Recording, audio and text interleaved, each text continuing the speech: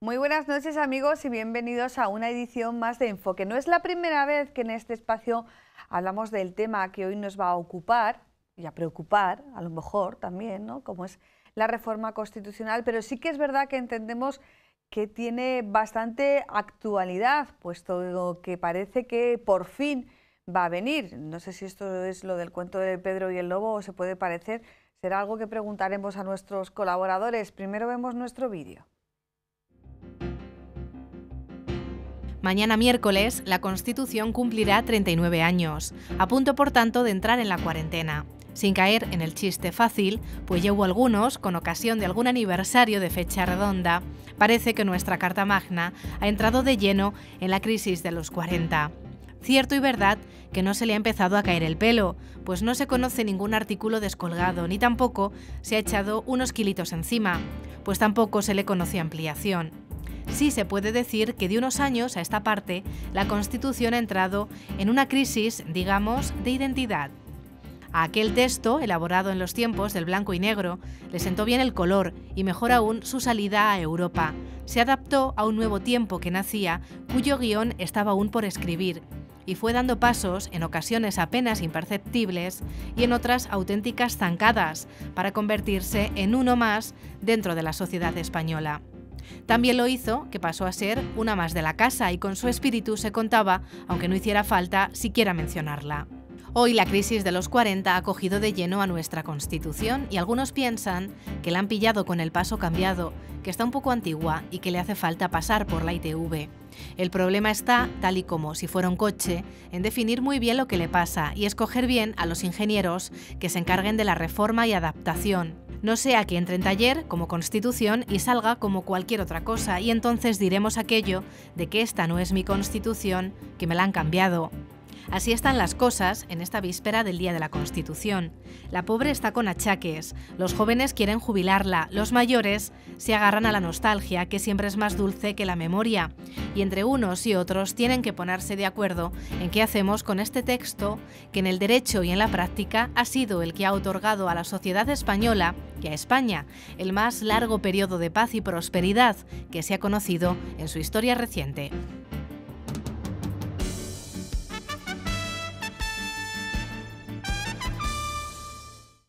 Bueno, pues hemos visto nuestro vídeo y ya entramos a presentar a nuestros colaboradores.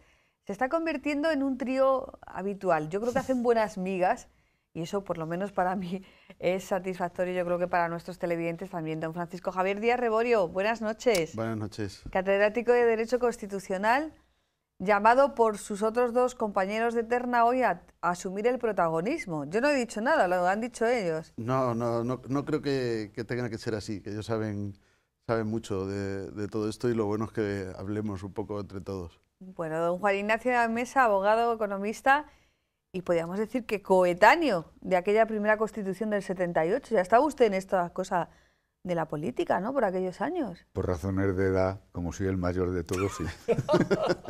Hombre, en el caso de Díaz Reborio mío es que hubiéramos sido entonces muy... Y yo también. ¿Y tú también? Yo también. Don Francisco César García Magán, provicario general de la diócesis, muchísimas gracias por estar aquí. Buenas noches. Buenas noches, es un gusto estar porque cuando hay amistad personal con todos, Sí. pues está muy bien. Pero yo también reitero lo que he dicho a micrófono cerrado, que yo vengo hoy de alumno, a aprender del profesor, ¿eh? Yo vengo de alumno. Bueno, así llevo yo 8 años en este programa. Bueno, está bien que empecemos con una sonrisa, con un tono distendido, porque yo creo que el tema que vamos a tratar hoy es un tema serio. Porque sí que es verdad, yo hacía la comparación en la presentación, que esto parece la de la reforma constitucional, como Pedro y el Lobo, que viene, pero luego nunca llega. Pero yo creo que esta vez parece que sí. Entonces mi primera cuestión que iba a plantear es, ¿necesaria y urgente? Yo creo que sí. ¿Las dos cosas? Yo creo que sí, las dos cosas, teniendo en cuenta naturalmente en el caso del adjetivo urgente, matizarlo si lo vamos a comparar con la situación que teníamos evidentemente en 1977-78, que era decir, bueno, es que estamos haciendo la transición desde un sistema autoritario hasta un sistema democrático y por lo tanto ahí era, vamos a decir, urgentísimo, y ahora la parte urgente significa que yo creo que llevamos ya bastantes años debatiendo en el ámbito político, por supuesto, en el ámbito social y también en la doctrina, porque hay bastantes aspectos de la Constitución que necesitan una actualización. En otros, o sea, en algunos casos es necesario, en otros es conveniente y yo creo que ya sí procede. Es evidente que ahora la urgencia no significa que es que la tengamos que tener aprobada el año que viene. Antes, al contrario, la ventaja es que el proceso, si queremos, de reflexión, de estudio, de análisis, puede ser un poquito más dilatado. Pero necesario, yo creo que sí.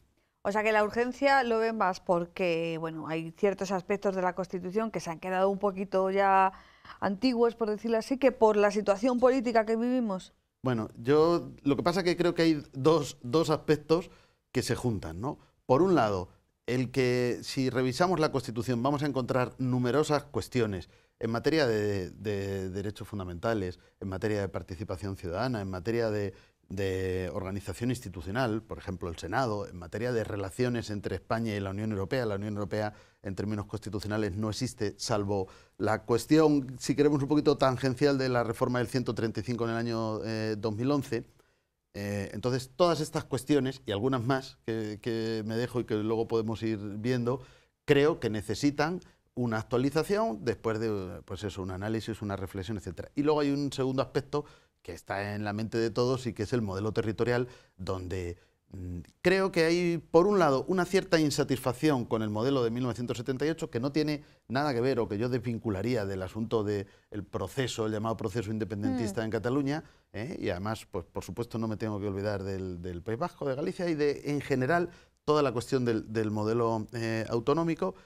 Y entonces creo que, por supuesto, ese es el punto más peliagudo, porque en ese aspecto, yo hace ya 2 años o 3, en uno de los muchos foros que se han realizado sobre esta cuestión, el nombre o sea, el título del debate, digamos, del foro, era un foro académico, era recentralización, autonomía, federación, confederación, con interrogantes, ¿no? Es decir, entonces, el problema aquí es que se abren todas las posibilidades y por eso es lo más delicado, porque así como en otros aspectos parece que tendríamos más o menos claro hacia dónde habría que ir, en el ámbito territorial, desde algunas voces que dicen que habría que recentralizar, yo eso no lo diría, pero tal vez racionalizar ciertas regulaciones, sanidad, educación, etcétera, hasta otras que nos hablan de un modelo confederal, es decir, tenemos el abanico más amplio y por eso ese es el punto o el aspecto en el que el consenso es más difícil, pero no por eso menos necesario, porque también es verdad que yo creo que aquí ese es el aspecto en el que la Constitución de 1978, vamos a ver, ahí se hizo lo que se pudo y ha servido muy razonablemente durante bastante tiempo, pero también bueno, yo creo que hay un cierto acuerdo sobre que la regulación constitucional, en algunos aspectos demasiado abierto, pues le ha implicado al Tribunal Constitucional, a los estatutos de autonomía, es decir, todo lo que sería el desarrollo de la Constitución, una labor que va mucho más allá de lo que hubiera sido necesaria si la Constitución hubiera estado más clara y más cerrada en estos aspectos, y luego, más allá de, como digo, el proceso independentista o sobre todo las vías rupturistas o lo que queramos decir, tampoco podemos cuestionar que hay una realidad en Cataluña y en el País Vasco, sobre todo, donde desde hace bastante tiempo hay una insatisfacción con este modelo. Por lo tanto, creo que tal vez en ese terreno que es el más delicado, yo ya apunto en esta primera intervención, que tal vez hay que saber combinar un poco todo esto. Es decir, en algunos aspectos racionalizar y dar una ordenación más cerrada, más clara, sobre aspectos que deben ser homogéneos en todos los lugares, y en otros, pues probablemente volver a algo que yo creo que estaba en el espíritu del constituyente, y es que no todas las comunidades autónomas deben tener exactamente la misma posición. La igualdad debe predicarse siempre de todos los ciudadanos, pero eso no significa que no tenga que haber ciertos reconocimientos o ciertas especialidades que no impliquen privilegios y que no impliquen desigualdades. Sé que todo esto es muy difícil, pero me parece que la única salida en ese aspecto, que es muy delicado, viene por saber combinar qué debemos reorganizar de una manera mucho más homogénea y, en cambio, en qué otros aspectos cabe la posibilidad de un mayor reconocimiento de de las singularidades, peculiaridades o como queramos llamarlas en algunos lugares, ¿no? Porque Bueno. hay una demanda también social detrás, entonces cerrar los ojos a eso tampoco me parecería justo. Juan Ignacio, César, ¿nos toméis en serio lo de alumnos?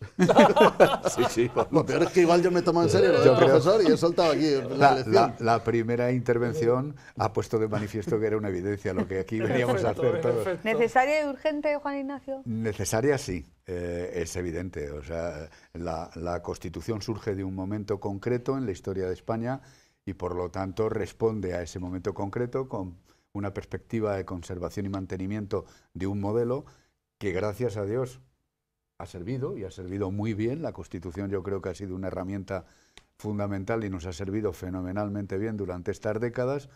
Pero yo creo que es evidente que ha cambiado la sociedad, han cambiado las circunstancias.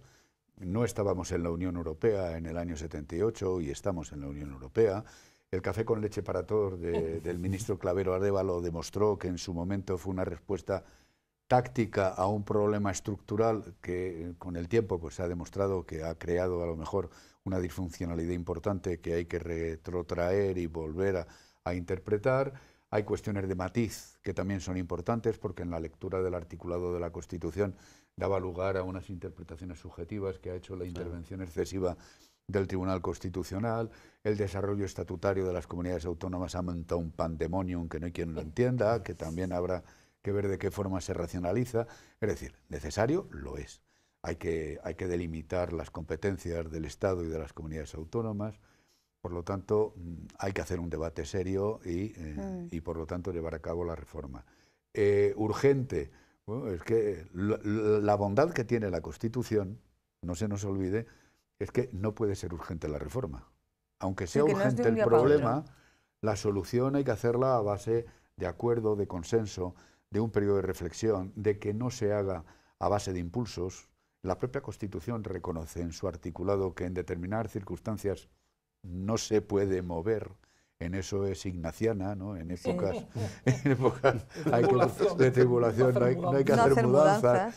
Y por lo tanto yo creo que lo de la urgencia es muy relativa. Tengamos en cuenta que, vamos, aun haciéndolo bien y aun haciéndolo de forma urgente, una reforma constitucional se lleva 2 años. Por lo tanto, ojo, aprovechemos bien los tiempos, no tengamos prisas y hagámoslo de forma razonada. Pero necesaria, evidentemente lo es. En eso coinciden también los señores obispos. Por ejemplo, en el discurso del cardenal Blázquez, presidente de la Conferencia Episcopal Española, ha pronunciado discurso de plenaria del pasado 20 de noviembre, decía que,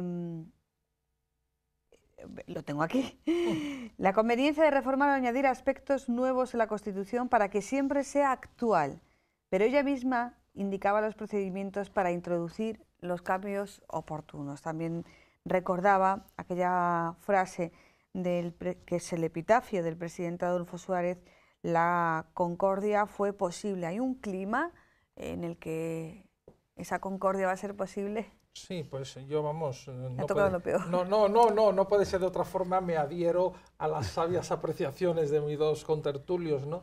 Yo creo que es necesaria también, por las razones ya aducidas y por lo que aquí aludía el cardenal Blázquez, para que eso que es un instrumento muy importante, ¿no?, para la concordia nacional y para la convivencia siga sirviendo, ¿no? Porque el traje tenemos que irlo adaptando no nosotros al traje, sino tenemos que buscar el traje que nos vaya bien. Y es evidente, se han aludido aspectos, yo qué sé, sin duda estoy de acuerdo con lo que decía el profesor Díaz Reborio, ¿no? También discutible, y decía don Juan Ignacio, indiscutible, ¿no? Hay aspectos del Estado autonómico que hay que hacer un serio replanteamiento, precisamente en aras de que sea un instrumento de servicio a la ciudadanía. Se apunta al tema de sanidad, se apunta al tema de educación, ¿no? Está también encima de la mesa el tema de la sucesión en la corona, que es una cosa que de facto parece que todos ya la hemos asimilado, pero de jure sigue estando como está. O sea, mañana, si hubiera un hijo varón, pues habría un problema, ¿no?, de facto y de jure. Bien, pero evidentemente entonces la necesidad está ahí. Yo a la urgencia lo que me causa una inquietud, con esos términos y esos tiempos que decía Juan Ignacio, la urgencia es que las prisas nunca son buenas, decimos para las cosas, decimos en en castellano, vísteme despacio que tengo prisa, ¿no? Exacto. Entonces, vamos, cualquiera de las personas aquí presentes lo saben mejor que yo. Esta Constitución, uno de los méritos que tiene es, como se apuntaba, que es una Constitución de concordia, que la concordia fue posible, ¿no? Y que en contra de lo que fue el constitucionalismo español del siglo XIX, rico y profundo, pero no es una Constitución de parte, pues luego si uno allí, en fin, llegaban los otros y cambiaban la Constitución y estamos con el baile constitucional cada vez que había un cambio de gobierno. Entonces a mí la inquietud que me produce desde la necesidad de esa reforma es si estamos con la suficiente hoy sensibilidad y la sociedad ha cambiado, hay nuevos agentes políticos distintos que en el año 77, en el año 78. Entonces, claro, oyendo ciertos discursos, y no solamente los en el extrarradio del Estado, sino en otros de implantación nacional, pues caramba, ¿no? Qué pena sería que se pusiera a hacer una constitución o imponer que no se llegara a esos mínimos de concordia, en el que todos a lo mejor, ni todos quedamos al 100% satisfechos, porque hay ahí esas ambigüedades, pero que nadie se sienta excluido tampoco, ¿no? Que podamos reconocerlo. Entonces, es verdad que la propia Constitución, como se apuntaba, prevé unos mecanismos que obliga, ¿no? Obliga al pacto, obliga... Pero a nivel social, a nivel de calle, a nivel... En fin. Claro, decía que la Constitución del 78 se fragó en un momento político determinado, en un momento concreto, unas circunstancias muy concretas, pero también con unos hombres y unas mujeres, bueno, aunque no hay ninguna madre de la Constitución, pero no nos vamos a poner ahí, pero con unos hombres y con una altura de miras que yo no sé si lo tenemos ahora. Juan Ignacio, te toca a ti por edad. Ya estamos faltando. No, vamos. Al DNI no. No idealicemos tampoco la transición, ojo. No, desde luego que no. La transición tampoco echarla por tierra, como hay por ahí. Pero la transición, desde el punto de vista de alcanzar la concordia, cuando dices que efectivamente en el epitafio de Adolfo Suárez dice la concordia fue posible en unas circunstancias en donde había muchísimos más elementos disgregadores de los que hay ahora. O sea, tanto la sociedad española en su conjunto, el nivel de renta, la situación social de la sociedad española, las tensiones golpistas, el problema del terrorismo. Había, vamos, por Dios, no comparemos. Ahora esto es un paraíso comparado con lo que era la España de la época de la transición. Lo que para que todo el mundo quería hacer una sociedad nueva, una sociedad democrática. Y entonces estaban dispuestos a sacrificarse de parte para alcanzar la satisfacción del todo. Y eso fue lo que hizo grande a la transición, lo que hizo posible que ésta se llevara a cabo y lo que nos ha dado las décadas de paz y tranquilidad que llevamos hasta ahora. Por eso cuando alguien se mete con la transición, vamos, sobre todo cuando se mete algún cuchiflauta de estos, que es que no sé de dónde habrán salido y qué libro habrán leído, porque probablemente les habrán enseñado mal, porque habrán tenido, por desgracia, malos padres y malos maestros. No han tenido a Javier. No han tenido a Javier. No han tenido a Javier. Lo que se hizo fue enormemente importante, pero claro, correspondía a un determinado momento. O sea, por ejemplo, la sucesión a la corona venía dada por las circunstancias concretas de los hijos que en ese momento tenían los reyes.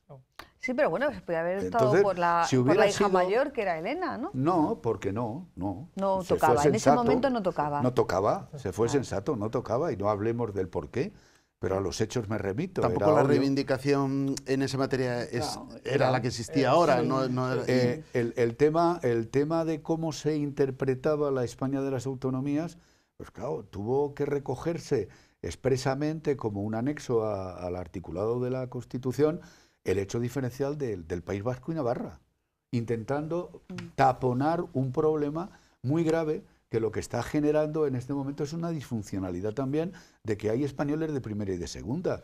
Y a ver quién es el guapo que le mete mano ahora a ese tema.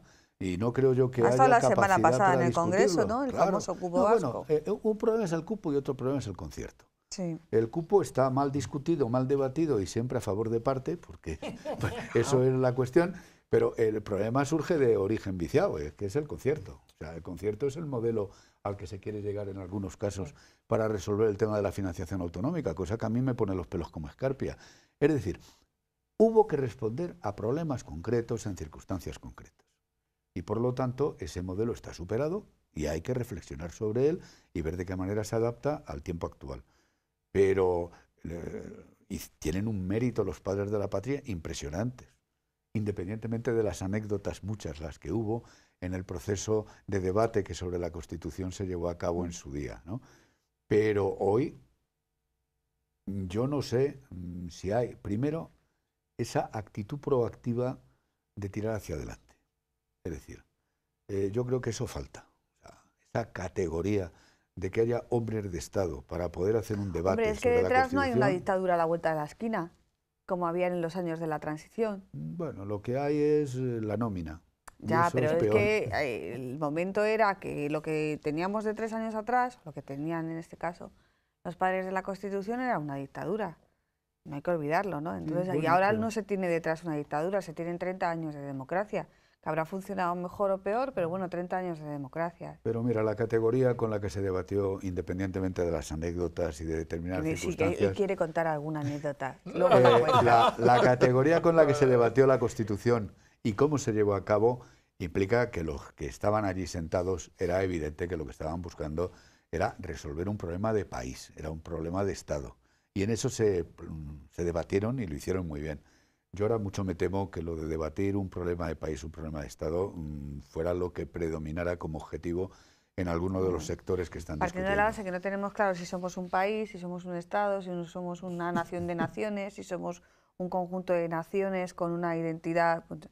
De todas maneras, el segundo punto de nuestro guión, que como bien sabéis yo lo hago para que ninguno de vosotros lo cumpláis, es cómo se reforma la Constitución.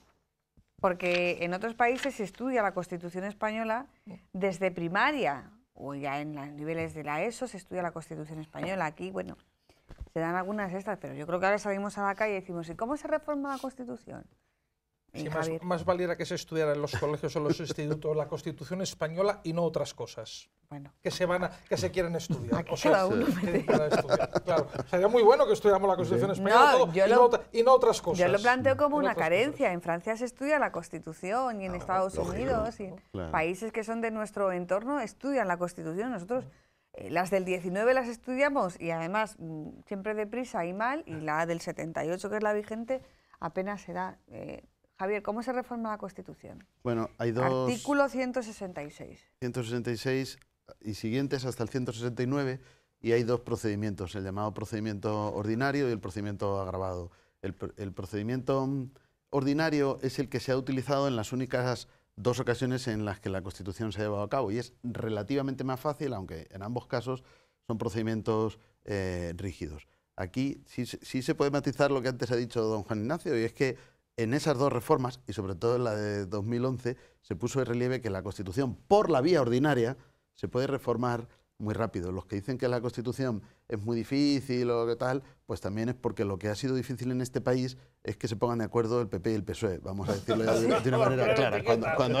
Cuando hay consenso, pues verdaderamente la reforma, por lo menos por esta vía ordinaria, sí puede ser relativamente rápida, porque en definitiva lo que está pidiendo son unas mayorías cualificadas en el Congreso y en el Senado, que van a ser de 3/5 y que si no hubiera acuerdo incluso puede intervenir una comisión mixta y finalmente se dice, bueno, pues si no hubiera acuerdo se puede aprobar con 2/3 en el Congreso, o sea, subimos un poquito la mayoría del Congreso y bajamos la del Senado a mayoría absoluta y todavía sí podría aprobarse. Quiere decir que con que haya el suficiente acuerdo de los partidos, bueno, yo he dicho el PP y el PSOE, digamos, durante todas estas décadas, probablemente ahora habría que sumar alguno más, ¿no? Pero con que haya acuerdo de los partidos mayoritarios se puede llevar a cabo. Pero luego es cierto que está el procedimiento agravado. Claro, pero que no ese todo se puede solucionar, no. reformar por el Reformar procedimiento por la ordinario. ordinaria. Porque está el procedimiento agravado, que es el que se utilizaría para una reforma del título preliminar de la sección primera, capítulo segundo del título primero, que son los derechos fundamentales y libertades públicas, o del título segundo, que es la corona, o bien una revisión total de la Constitución. Por lo tanto, algunos que invocan ahora una constituyente o no, una revisión total de la Constitución se puede llevar a cabo, por supuesto, pero es por este procedimiento agravado, no que nos vayamos ahora a inventar el ¿Y cómo es procedimiento. ese procedimiento? Entonces, ese sí es un poquito más difícil y ahí sí, aunque hubiera consenso, lleva su tiempo porque requiere, primero, las mayorías son de 2/3 en el Congreso y en el Senado.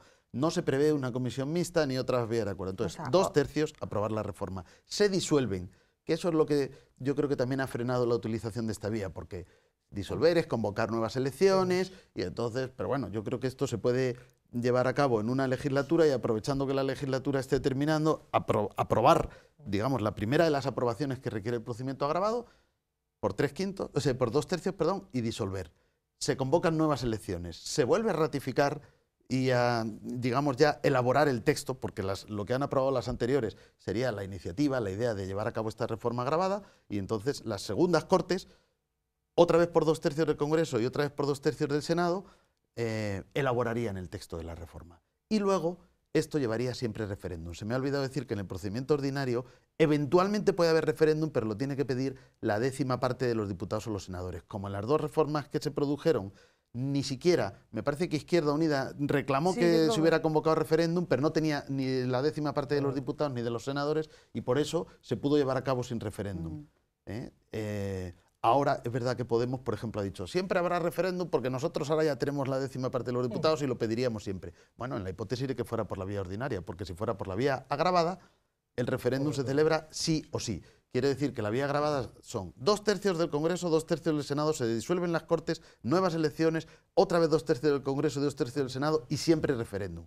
Y eso sí, verdaderamente es un procedimiento que lleva más tiempo en todo caso, pero creo que el constituyente estuvo bastante sabio a la hora de establecer esto, porque este procedimiento solo es necesario para reformas realmente de mucho calado. El título preliminar es la médula, los valores esenciales de la Constitución. Los derechos fundamentales no hace falta insistir mucho en su trascendencia, ¿no? Y la cuestión de la corona, que bueno, aquí yo quizás habría protegido la monarquía parlamentaria, es decir, el modelo, y no tanto todo el título segundo de la corona, porque lo que hemos estado mencionando antes de la sucesión en la corona necesariamente es procedimiento agravado, mientras que si hubiéramos protegido por procedimiento agravado solo, digamos, el modelo monárquico, pues este tipo de cuestiones que no afectan al modelo monárquico, pero sí a la regulación concreta, pues se podrían llevar por el procedimiento ordinario y entonces tal vez eso lo hubieran metido también o hubiera sido ya objeto de reforma, porque creo que el consenso actual en ese punto es total, ¿no? En el punto de la bueno, para aclarar, por si alguien, el problema que tenemos con la corona es que el artículo establece textualmente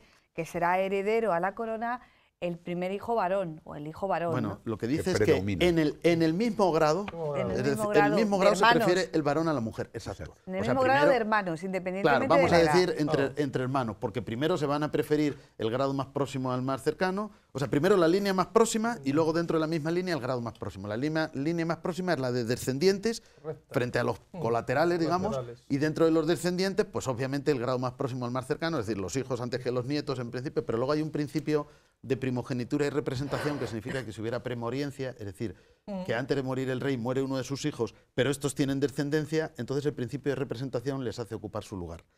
Pero dentro del mismo nivel, ahí sí se prefiere al varón sobre la mujer, que por supuesto es un trato discriminatorio, que no tiene más sentido, que era pues el sentido histórico, lo que don Juan Ignacio muy sabiamente ha sugerido antes también, es decir, en aquel momento por muy diversas razones. Por sociología también. Eso tuvo su sentido, pero hace ya bastante tiempo que está muy claro que no se va a producir así. Claro, aquí en España, Javier, a diferencia, por ejemplo, de lo que ocurrió en la monarquía francesa, las mujeres reinaban, hemos tenido reinas, la dos Isabel, etcétera. Solo la ley sálica que prohíbe reinar a las mujeres, y aquí no la hemos tenido, no la hemos tenido nunca, digamos, y por otra parte, en sentido pleno. En el tema de la sucesión en títulos nobiliarios, eso ya está superado también. Está superado y dan el título se reformó incluso la ley porque bueno, fue polémico y hubo en efecto algunas decisiones jurisprudenciales y finalmente ya se reformó la ley para eliminar la preferencia del varón sobre la mujer, solo queda la de la corona, pero bueno, de momento pues el rey tiene dos hijas y en esto sí que hay que decir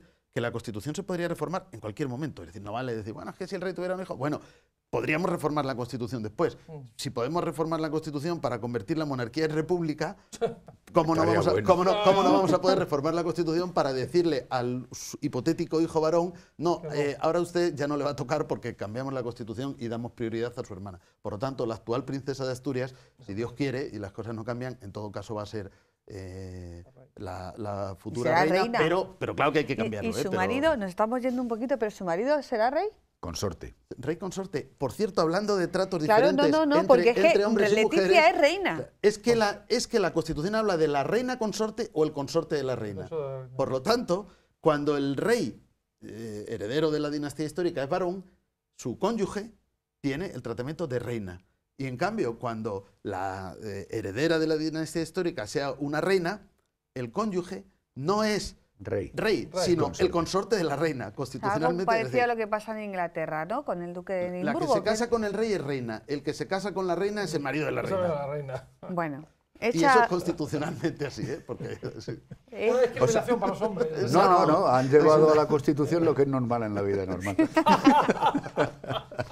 Bueno, he hecho este guiño a la prensa rosa. Por favor, señores, es un programa serio. Pero tengamos en cuenta también, hablando de las dos reformas de la Constitución que ha habido, veamos qué reformas ha habido. La primera fue simplemente dar el derecho al voto pasivo a los ciudadanos de la Unión Europea en las elecciones municipales. Maastricht y todo esto. Para poder corresponder en lo que en aquel momento ya era un hecho evidente, adaptando una directiva comunitaria.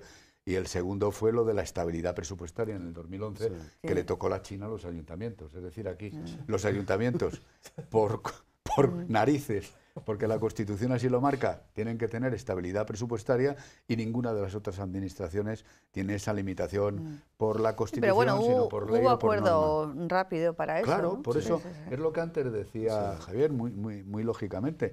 Si hay acuerdo suficientemente cualificado para poder optar a que se lleve una reforma que no afecte a los títulos que precisamente tendrían que modificarse por el procedimiento agravado, se hace en un plisplas. Bueno, están de acuerdo todos. Yo creo que nos hemos puesto de acuerdo también a los aspectos que son necesarios y urgentes reformar. Todo el tema de la administración o la disposición del Estado, el Estado de las autonomías, recentralizar. Yo tampoco me gusta mucho ese término. Yo diría readecuar. Racionalizar todo el tema de competencias, sobre todo en educación y en sanidad, que al principio, yo me acuerdo de algunas formaciones políticas que empezaron a plantear, por ejemplo, el partido Rosa Díez, y se planteaba como una auténtica barbaridad, pero no, ya está incluido en el debate nacional. Y cuando hablamos, esos serían los temas, yo creo que están encima de la mesa, todo el tema de las comunidades históricas, todo el tema de las tal. Pero claro, también tendríamos que redefinir nuestro Estado, ¿no? Y entonces aparece ese menú de nombres que nos decía el profesor Díaz Reborio. Uno de los que aparecen es el modelo federal, confederado, o también una vez hablaban, ¿cómo era? ¿Federalismo asimétrico o algo así era? Sí, eso lo hemos hablado aquí hace tiempo, ¿no? ¿En qué se diferencia un Estado federado de un Estado como el que tenemos ahora? Bueno, lo primero que hay que decir es que el Estado que tenemos ahora no sabemos cómo es. Vale. Por lo tanto, quiero decir, es un consuelo, oye. Quiero decir que la cuestión de las etiquetas es muy relativa. Hubo uno de los primeros artículos doctrinales que comentaba el modelo territorial español de Pedro Cruz Villalón, que luego fue presidente del Tribunal Constitucional, se titulaba La estructura del Estado o la curiosidad del jurista persa. Y decía, es que si un jurista Para que persa, luego digan que los juristas no son simpáticos. Oye. Sí, además ese artículo generó mucho... De hecho, luego él lo ha utilizado como título para... Pero bueno. Nos pasa de todo esta noche. Pues esto estaba apagado, yo creo. Lo ha utilizado como título de un libro que luego él publicó, ¿no? La curiosidad del jurista persa y otros artículos. Lo que él venía a decir es que si un jurista persa se lee la Constitución española, no le quedaba claro qué modelo de Estado teníamos, porque la Constitución española, díganme ustedes, ¿en qué artículo dice que tengamos un Estado autonómico? No lo dice. Y con la misma Constitución podríamos haber tenido un Estado absolutamente centralista. ¿Por qué? Porque la autonomía es un derecho. Por lo tanto, si ningún territorio, si ninguna nacionalidad y región de las que se refiere el artículo 2 hubieran ejercido el derecho a la autonomía, el modelo resultante hubiera estado totalmente centralizado. O podríamos haber tenido un sistema mixto como fue el de la Segunda República, que la autonomía era un derecho que solo ejercieron, durante la República solo Cataluña y ya casi con la guerra el País Vasco y Galicia, que aprobaron sus estatutos. Todo el resto del Estado se gestionó de una manera centralizada. Lo que quiero decir es que la etiqueta siempre es relativa. Por lo mismo, yo no iría a una etiqueta de Estado federal porque, y entrando un poquito a la respuesta de lo que decías, porque el Estado federal, primero, implica el modelo que podamos seguir, Alemania, Austria, Suiza, Estados Unidos, es decir, los modelos federales próximos. Primero, igualdad y homogeneidad entre todos los territorios. Segundo, implica un modelo descentralizado muy parecido al que ya tenemos. Es decir, la parte de competencias básicamente la tendríamos. Luego implica que los Estados miembros tengan una Constitución, que esto ahora en una propuesta que algunos colegas han presentado hace algunos días, los medios lo han recogido, algunos dicen, sí, deberíamos pasar a eso, a que los estatutos de autonomía no sean aprobados por las Cortes Generales, sino solo por la comunidad autónoma. Bueno, pues ahí está esa propuesta, pero yo no la tengo nada clara porque también el modelo federal implica un principio que es el de lealtad. El de lealtad, eso los alemanes lo han dejado siempre muy claro. Entonces, bueno, el hecho de que los estatutos tengan que ser aprobados por las Cortes Generales a mí tampoco me parece mal. Y luego implica que los territorios, los Estados miembros, tengan un poder judicial propio. O sea, por resumir, lo que diferencia nuestro modelo de un Estado federal ahora mismo son estas dos últimas cosas. Primero, que las comunidades autónomas no tienen constitución, sino estatuto, y ese cambio no solo es de nombre, porque el estatuto es una norma, vamos a decir, pactada, bilateral, lo tiene que aprobar la comunidad autónoma, pero también las Cortes Generales. Y segundo, que las comunidades autónomas tendrían un poder judicial. Entonces, si esos son los cambios que se proponen, no los veo muy claros. Ahora bien, si se dice técnicas del Estado federal, algunas ya las tenemos, otras sí serían interesantes, en el reparto competencial, en la fórmula de solución de controversias. Se dice, y esto me parece muy sensato, que el Tribunal Constitucional durante 40 años ha generado una jurisprudencia muy abundante interpretando determinados títulos que en su momento se quiso llevar al Estatuto de Autonomía en 2006 y el propio tribunal en muchos aspectos dijo que eso no era conforme, pero que a la Constitución sí se podría llevar. Es decir, lo que no era adecuado era que el Estatuto de Cataluña redefiniera todas las competencias o lo que significa el concepto de normas básicas para toda España, pero que lo haga la Constitución perfilando mucho más lo que el texto de 1978 deja un poco abierto. Eso sí sería, yo creo, bastante adecuado. Entonces sí creo que hay fórmulas del Estado o técnicas del Estado federal que serían interesantes. Y luego decías, el federalismo asimétrico. Bueno, es que esto sucede lo siguiente. El federalismo asimétrico se ha teorizado desde Estados Unidos y otros lugares, pero como un concepto... Existe. No, o sea, como estructura o como modelo institucional, no. Lo que pasa es que se ha teorizado sobre la idea porque resulta que desde el punto de vista económico y desde el punto de vista político es evidente que el peso de los distintos estados puede ser diferente. Sin embargo, desde el punto de vista institucional es idéntico. Podemos pensar que California tiene una población y una importancia en todos los sentidos, si lo vamos a comparar con Alaska, muy superior en todos los sentidos. Sin embargo, institucionalmente y desde el punto de vista jurídico son dos estados idénticos. Por ejemplo, en el Senado de los Estados Unidos, cada uno de ellos, como los otros 50, o el total de los 50, el mismo número. Dos senadores. Entonces, bueno, pues eso, como yo creo que lo que sí que habría que reformar es nuestro Senado, para convertirlo en un Senado, en un modelo más o menos federal, podríamos incorporar este modelo, o bien otros compañeros están sugiriendo que también tendría sentido un Senado federal al estilo alemán. En Alemania el Senado también es federal, pero aquí no es elegido por el pueblo, sino que lo eligen los gobiernos de los Länder, de los Estados miembros de la Federación. Cada gobierno elige sus representantes. Bueno, aquí también tenemos senadores autonómicos, pues senadores por designación. Claro, pero lo que pasa es que en 1978, como no se sabía cuántas comunidades iba a haber y cuántas no, entonces esto se puso como una parte. O sea, el problema de nuestro Senado, primero, que esos senadores autonómicos, que no hubiera sido mala idea, son solo una parte, y la minoritaria. Claro. La mayoritaria se eligen por provincias, 4 en cada provincia, y los elige el pueblo, igual que hacemos en el Congreso, pero encima en todas las provincias igual, con lo cual... Y la segunda, que luego hay que acompañar al Senado de unas competencias importantes desde el punto de vista territorial, es decir, si es la Cámara de Representación Territorial, y aquí, como hemos visto, pues las competencias del Senado, lo que es una Cámara de segunda lectura, pero encima en caso de duda siempre va a prevalecer el Congreso. Si el Senado veta, el Congreso levanta el veto, es decir, que al final el Senado no aporta mucho, salvando el 150...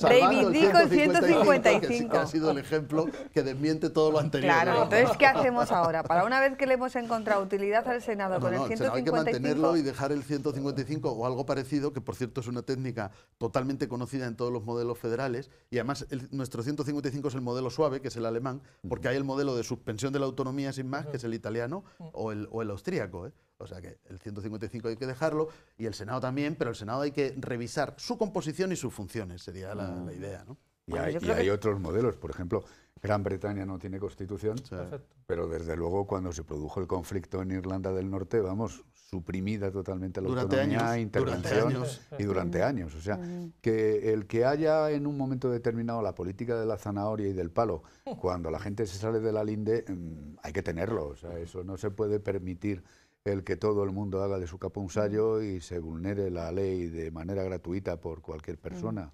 Está el concepto que decía, perdona Ana, por lo que decías, vamos, la interesantísima y precisa exposición del profesor Díaz Reborio, el tema de la lealtad, ¿no? Ahora el tema de la lealtad, pues claro, en las circunstancias concretas de España presentes o en las futuras que pudieran advenir, es lo que inquieta un poco porque, en fin, esa lealtad puede quedar en algunos ámbitos un poco desdibujada, cuestionada y como decía el profesor, pues es una base muy importante en ese acuerdo del Estado federal, ¿no? Que juguemos todos limpiamente. Pues hablando de incertidumbres y sobre la lealtad, parece que estamos de acuerdo en todo lo que hay que reformar. Otra cosa es hasta dónde reformar o en qué medidas o por qué caminos. Pero también se puede atisbar algunas incertidumbres sobre que, esto lo puedo decir en castizo, lo puedo decir finamente. En castizo sería, aprovechando que el río pasa, el Pisuerga pasa por Valladolid, voy y ya de paso le pego un repasito a determinados asuntos que también están ahí sobre la mesa, sobre todo desde diferentes partidos políticos. Por ejemplo, en muchas ocasiones se habla de la definición de la confesionalidad del Estado, o de ese apartado, seguro que ustedes se acuerdan más exactamente del artículo, bueno, el artículo 27 de la educación, o el artículo que dice que en el derecho de la libertad religiosa también se atenderá específicamente las circunstancias de la presencia de la Iglesia Católica en España. 16.3. El 16.3, bueno, es que no me ha dado tiempo a repasármelo todo. ¿Alguna incertidumbre hay? Pues sí, estamos con la misma que te decía antes, la misma incertidumbre o perplejidad, porque ese artículo, como otros muchos de la Constitución al que aludía don Juan Ignacio, pues supuso un equilibrio y un pacto, ¿no? Y, pues de distintas fuerzas políticas, ¿no? Y es verdad que el contexto del año 78 no es el contexto del año 17. Hay una mención explícita a la Iglesia Católica, que yo creo que el hecho, y fíjate, voy a decir algo que a lo mejor algunos piensan que es políticamente incorrecto, el hecho de que esté o no esté no me importaría, ni me inquietaría, el hecho de que haya mención explícita o no. Más me inquietaría, por supuesto, o sí es preocupante que se mantenga clarísimamente lo que es la libertad religiosa, que a todos nos ampara y a todos nos protege, ¿no? Y ese concepto, sí, también importantísimo, de neutralidad del Estado. Pero digo, en materia religiosa, en materia ideológica. Y una neutralidad que sea real, que sea eficaz, ¿no? Yo creo, y a lo mejor no sé, alguna persona también se puede sorprender, ¿no?, que ese modelo de aconfesionalidad y de neutralidad es el que a todos más nos protege y más nos tutela, ¿no? Y entonces creo que en un Estado democrático, en una sociedad democrática, ninguna persona tiene que ser, por supuesto, discriminada por su creencia religiosa. El Estado no puede imponer ninguna, y entonces el mismo derecho tiene un musulmán, un budista, un ateo, ¿no? Y también un católico, ¿no? Porque en ciertas evoluciones sociológicas, no jurídicas, pues da la impresión a veces, ¿no?, como que los católicos tienen un poquito menos de derecho, o haya que estar siempre como pidiendo perdón con respecto a otras realidades, ¿no? Entiéndase, por ejemplo, pues algaradas de carnavales y otras cosas por el estilo, ¿no? Entonces yo creo que esa neutralidad, esa confesión, vamos, y ya digo, no me importaría el que desapareciera en esa reforma la mención explícita a la Iglesia Católica. Yo comprendo que el dato sociológico es distinto, pero no habría, vamos, ni yo ni muchas otras personas, no nos también que un poco dedicamos a esto, ni nos rasgaríamos las vestiduras, ni haríamos de ello una bandera de tal, siempre que, porque ahí lo importante es eso, la libertad religiosa, la neutralidad del Estado, que se garanticen los derechos fundamentales. Eso sería ese paraguas. Es más, yo a veces he dicho en clase a mis alumnos, vayamos a la hipótesis, otro tema recurrente que cada cierto punto se pone encima de la mesa. Vamos a denunciar los acuerdos de la Santa Sede con el Estado español. Y las masas se levantan. Sí, luego cuando se llega a gobernar eso se guarda, pero durante la campaña electoral se saca y entonces un poco para demás. Se dice concordato. No es técnicamente un concordato. Ya, pero que en los mítines se dice concordato. Claro, pero no es técnicamente un concordato. Ya, son cuatro acuerdos, bueno, básicos. 4 acuerdos parciales. ¿No pasaría en realidad, en última instancia, si eso desapareciera? Fundamentalmente tampoco habría que tener mucho susto, ¿Por qué? Porque España, el Estado español, tiene unos acuerdos que le obligan internacionalmente de tutela de protección de la libertad religiosa y todo el haz que ese derecho implica, como está recogido en la Ley Orgánica de 1980, bastante buena, y entonces, bueno, tampoco habría que preocuparse mucho. Bueno, pues dicho esto, profesor Juan Ignacio. Vamos a ver, yo es que no tenemos que pasarnos tampoco de frenada en estas cosas. Es decir, yo creo que tiene absolutamente toda la razón, pero hay una cuestión también obvia, que la manifestación de toda sociedad es que en un momento determinado tiene que saber de dónde procede, dónde está y hacia dónde va. Negar nuestra propia historia o no ser conscientes de cuál es nuestro foco cultural del cual partimos, yo creo que sería un mal servicio a la sociedad del presente y a la sociedad del futuro. El hecho religioso forma parte de nuestra propia esencia y de nuestra propia historia. Aquí se les llena la boca a mucha gente cuando plantea Toledo, ciudad de las tres culturas, de las tres religiones, como si fuera un elemento diferencial que nos permitiera tener un plus, ¿no? Es lo de los TTVs, ¿no? O sea, aquí, por ser de Toledo, somos más que nadie. Estamos diciendo eso en todo caso y en todo momento, y luego de golpe y porrazo, como un movimiento pendular, queremos negar el hecho religioso como una cuestión que no se debe en ningún caso hacer prevalecer. No, mire usted, seamos conscientes de dónde venimos, qué somos, a dónde vamos.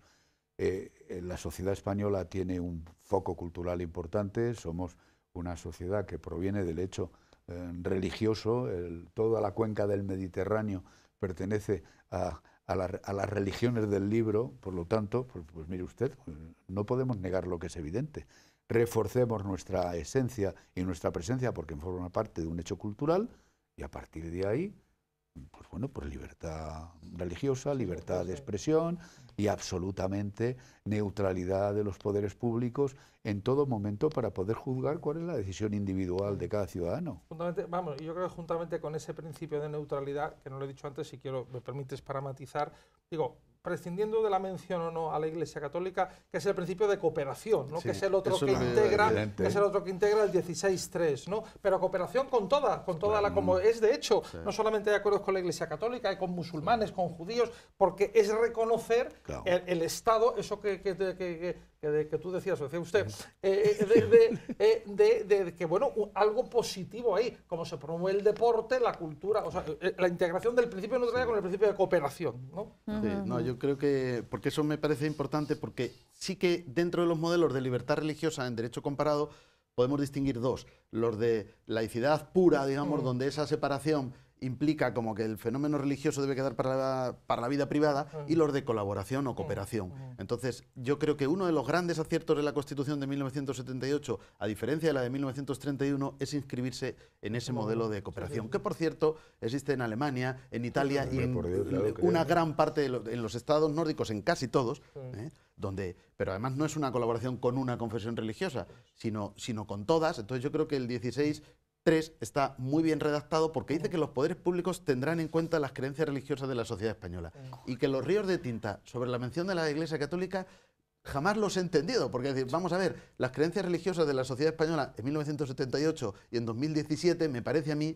que hay una mayoría de católicos, por lo tanto, se mencionase o no se mencionase, esa cooperación debería existir. Y también quiero mencionar que desde 1992 existen 3 leyes que establecen un régimen de cooperación prácticamente igual que el de la Iglesia Católica para las comunidades israelitas, los evangélicos y la comunidad islámica, que hasta ahora el Estado ha interpretado que son las que tienen mayor peso en la sociedad española. Y eso en el futuro está abierto a posibles convenios o acuerdos con otras confesiones. Por lo tanto, un régimen de colaboración es importante porque que alguien me explique por qué, si los poderes públicos están obligados, artículo 9.2, a favorecer que la igualdad y la libertad del individuo y de los grupos sean reales y efectivos, y eso implica medidas de colaboración, como puede ser con los sindicatos o con todo tipo de sociedades o de grupos intermedios, y el Estado tiene que favorecer porque en definitiva es el ejercicio de derechos fundamentales, porque la libertad religiosa tendría que ser una excepción y tiene que quedar como en la vida privada y no se puede ejercer en sociedad, ¿no?